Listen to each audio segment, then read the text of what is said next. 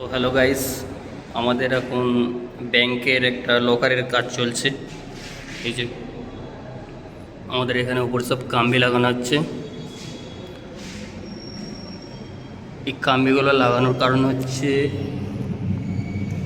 ওপরে ছাদ ভেঙে যেন এই লকারের আন্ডারে মানে লকারের ভেতরে যেন না কেউ ঢুকতে পারে।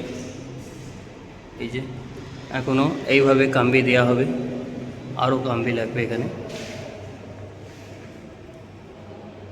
তো দেখতেই পাচ্ছ আমাদের কাজ।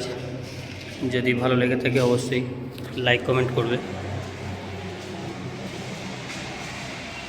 তো চলো, আজকের ভিডিও এই পর্যন্তই। ফুল ফিনিশিং ভিডিও দেখতে পাবে কেমন লাগছে।